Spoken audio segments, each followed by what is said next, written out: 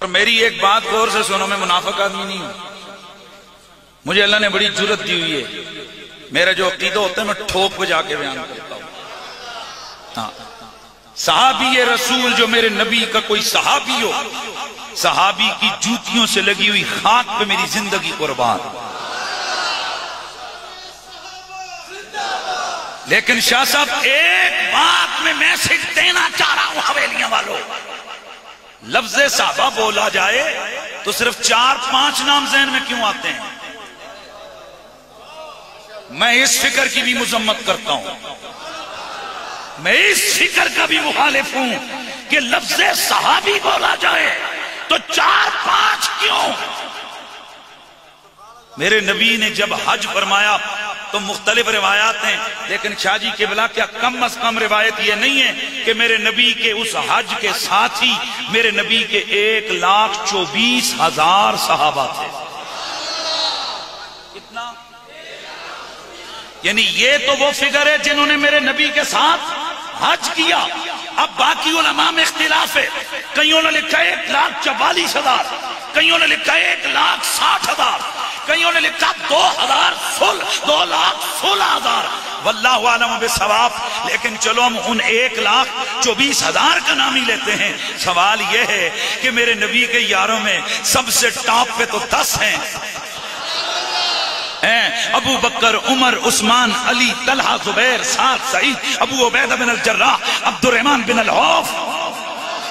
بھئی ٹاپ پہ تو یہ 10 ہیں، پھر جب لفظ صحابی بولا جائے تو یہ ان 10 میں سے بھی صرف 4 ذہن میں آئے اور باقی 1.25 لاکھ میں سے 2-3 ذہن میں آئے۔ پتہ چلا تو صحابہ کا مخلص نہیں ہے، تو 1-2 کو صحابی مانتا ہوگا۔ میں مصطفیٰ کے سارے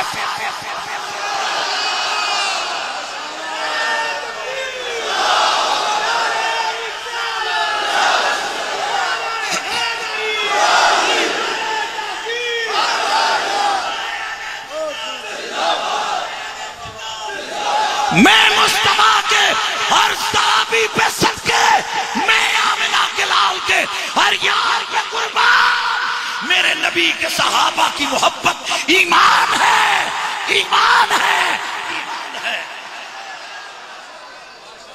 لیکن شاہ جی اب باتیں کھلی ہیں تو پھر کھلیں۔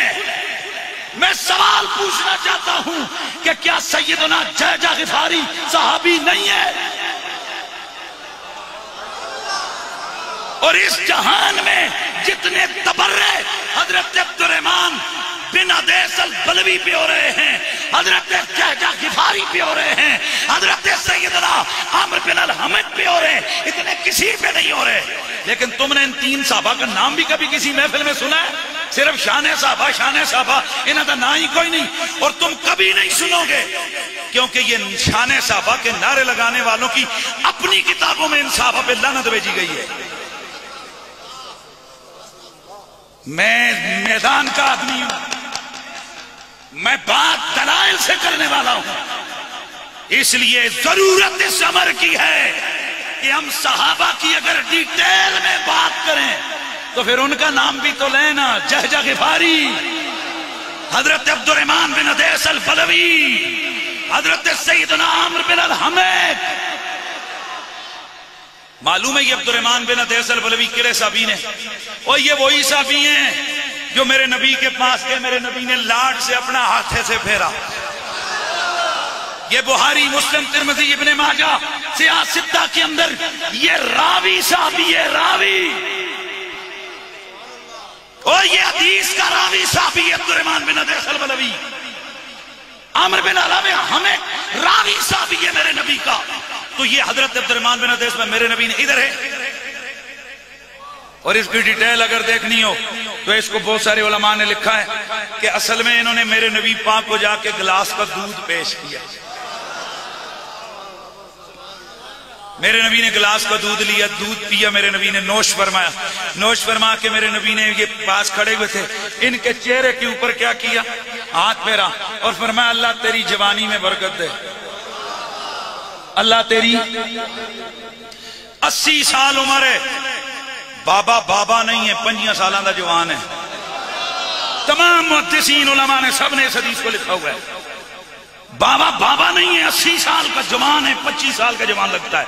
لوگ کہتے ہیں بابا جی بال ہو جے کالے، اے رخسارہ تے ہو جیاں رونکاں، جسم پہ جریاں کوئی نہیں ہے، آپ کے جسم کے اندر قوت میں جناب آپ کے کوئی لڑکھڑاہٹ نہیں ہے، کوئی جناب آپ کے جوڑوں کا درد نہیں ہے، کوئی لاٹھی، کوئی کھونڈا، کوئی کھونڈی کچھ نہیں ہے، 25 سال کے جوان کی طرح چمکتے ہو. تو آپ ایک ہی یہ نہیں کہتے تھے بھائی میں نے خوراکیں بڑی کھائی ہیں، میں نے کھجوریں بڑی کھائی ہیں، میں نے دودھ بڑا پیا. ایک ہی لفظ بولتے. فرماتے چہرے پہ ہاتھ آمنہ کے لال کا آیا، مصطفیٰ نے دعا عطا فرمائی ہے اب دنیا سے جاؤں گا تو بال چٹے نہیں، بال کالے لے کے جاؤ.